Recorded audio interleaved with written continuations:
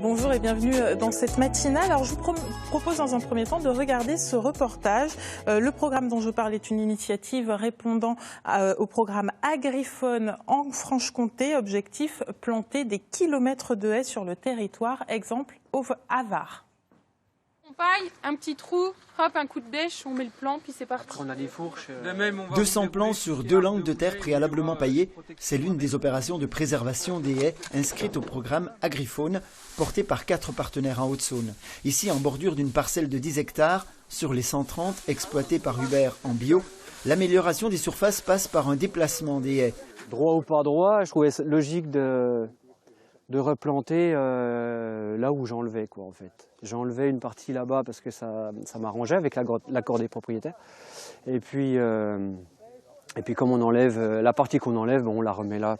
La protection des haies après les années de remembrement est redevenue une priorité depuis 15 ans pour préserver les surfaces agricoles des agressions météo et pour assurer la pérennité d'espèces protégées.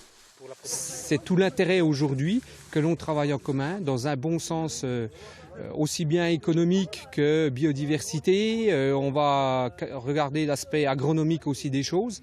Donc voilà, tout le monde y trouve ses intérêts. Il faudra attendre 3 ans pour que les plants protégés du froid par la paille et des attaques de ruminants par les grillages deviennent des arbustes en pleine santé.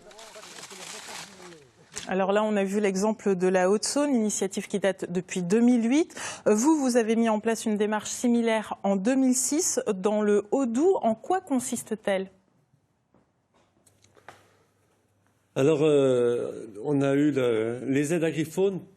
On a eu les aides Agriphone par l'intermédiaire de la CLAC, Charquemont Lutte Anticampagnole. Alors nous, on a réimplanté des céréales d'altitude, donc pour lutter contre les campagnols. Alors c'est un gagnant-gagnant, un partenariat gagnant-gagnant avec la chasse et les agriculteurs.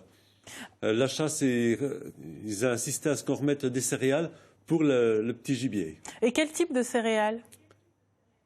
Alors on a commencé par du triticale, et on a fait 2-3 essais. On a commencé par du triticale, de seigle-vesse, et puis on repart en orge ces temps-ci. Enfin, il y a plusieurs cultures, quoi.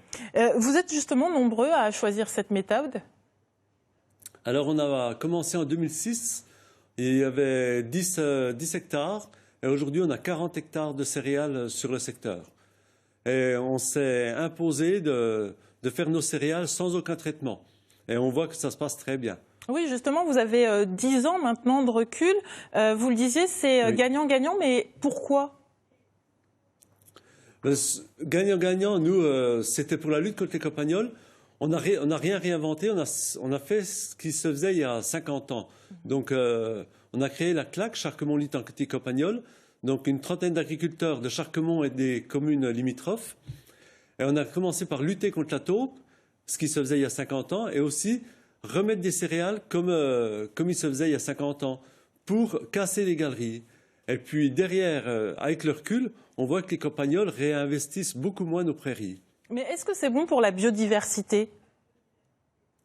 Nous, ce qu'on voit, c'est à l'automne, il y a des fois des 200-300 pigeons par champ, quoi. Et puis les chasseurs, le NCFS, ils dénombrent d'autres espèces d'oiseaux, quoi. Ouais. Et c'est vous qui avez mis en place donc, ceci, et c'est après qu'Agriphone est donc venu vous voir ? Voilà, alors on a décidé, au début 2006, on s'est dit, on veut remettre 2-3 céréales. Il y avait 12 hectares. Et puis là, Agriphone, l'ONCFS, la Fédération de chasse, sont venus à Charquemont. Ils nous ont dit, écoutez, c'est un projet vraiment intéressant. Eh bien, nous, on vous donne, on a des aides Agriphone, on va vous les donner. Et puis là, cette aide Agriphone a quand même forcé les gens, incité les gens à en mettre de plus en plus. Et puis l'automne passé, on a remis des haies, mais qui ne sont pas dans le projet Agriphone. Les aides Agriphone, c'est que sur les céréales. Et on a mis à peu près 1 kilomètre de haies sur Charquemont pour les chasseurs, c'est pour la biodiversité, pour le petit gibier, pour la prédation. Et puis nous, c'est aussi pour abriter nos animaux à l'automne ou bien l'été quand il fait chaud, quoi. Vous avez parlé d'aide d'Agriphone. En quoi consiste-t-elle ? L'aide Agriphone, c'est pour la biodiversité, c'est pour que tout le monde s'y retrouve, pour inciter les gens à remettre des céréales ou des haies.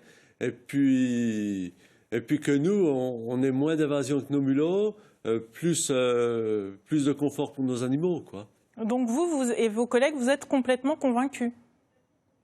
Ah ben là, depuis 2004 qu'on lutte contre les mulots, qu'on a mis une boîte à outils, qu'on a fait. Alors tout le monde a joué le jeu, hein, tout le monde nous a aidés. Et là, c'est vraiment, c'est probant, quoi. On peut pas, il n'y a pas photo. Sur des parcelles où on a remis de céréales, on n'a plus de mulots, quoi. Oui, donc vous allez continuer. Eh bien, merci beaucoup de nous avoir partagé votre expérience, tout simplement, et bonne continuation à vous.